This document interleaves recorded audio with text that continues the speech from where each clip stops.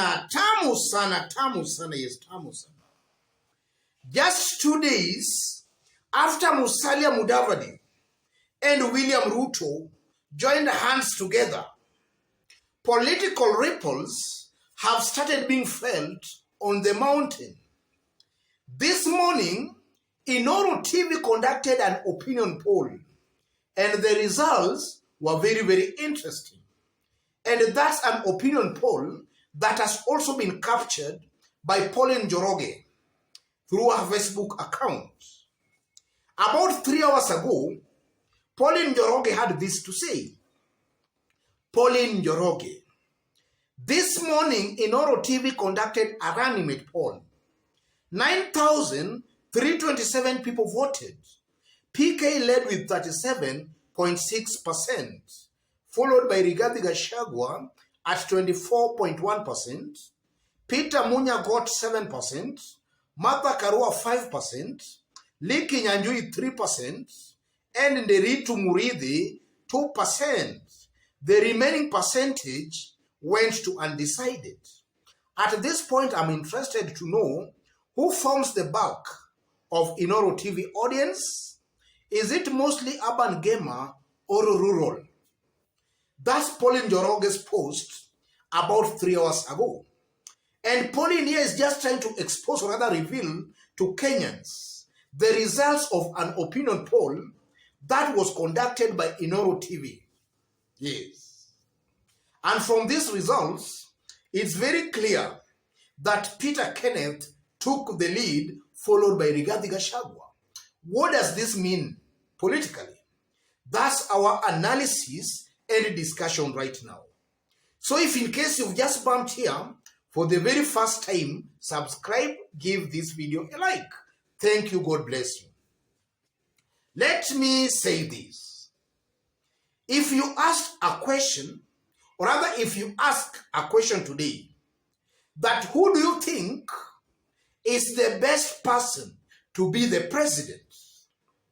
I know those in Azimio or supporting Raila Amolo Odinga will say Raila Amolo Odinga.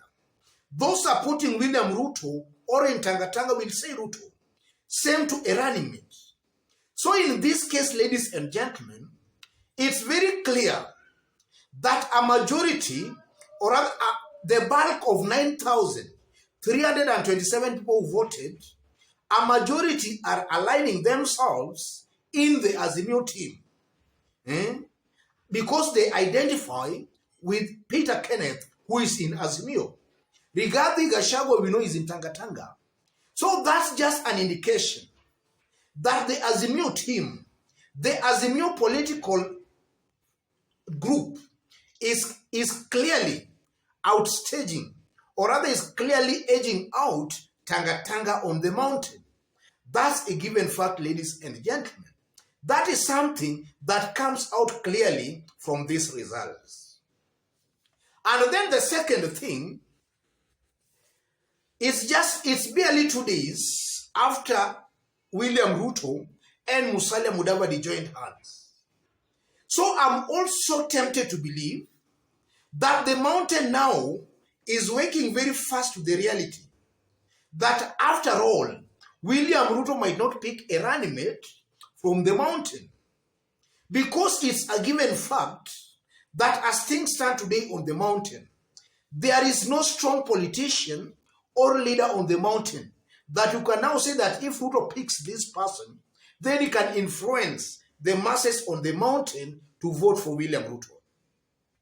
That's a given fact. The support William Ruto enjoys on the mountain as of today, that's a borrowed support from Uhuru Kenyatta. That's a support that Uhuru Kenyatta actually gave William Ruto.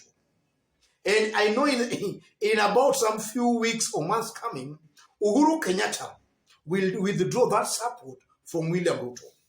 So as things stand today, upon Musalia Mudavadi and William Ruto joining hands, the mountain is actually waking up to the reality that Ruto might not pick a candidate or a running mate from their area.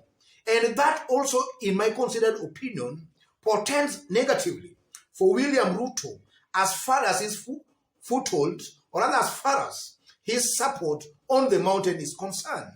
Because now, William Ruto having parted ways, or rather having differed with Uhuru Kenyatta politically, and Uhuru we all know is the political kingpin, in my considered opinion, I think William Ruto was actually trying very much, or rather very hard, to maybe pick a running mate from the mountain.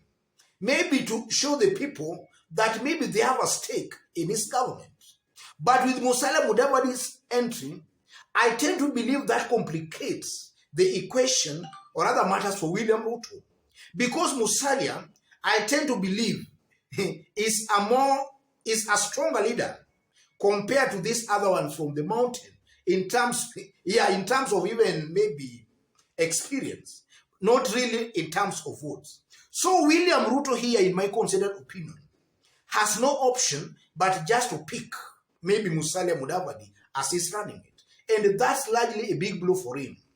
And I tend to believe whether he picks a running mate from the mountain or not, the mountain vote is already gone. William Ruto has already lost that vote. The moment William Ruto and Uhuru parted ways, that was the day William Ruto lost the mountain vote. And so the question now begs, who do you think is the best person to deputize Raila Amolo Odinga and also to deputize William Ruto? In my considered opinion, though a majority of you here have largely disagreed with me on this, the best person to maybe be Raila's running mate, I believe, has all along been Kalonzo Musyoka, because he appears to be stronger than any other leader from the mountain. And also on the side of William Ruto, the best person, in my considered opinion again, is Musalia Mudavadi. Musalia gives William Ruto the right perception, that William Ruto is not alone. And that's very good for politics. But not really. But Musalia actually is not actually bringing William Ruto votes, but is bringing William Ruto the right perception. And then, ladies and gentlemen, let me also say this.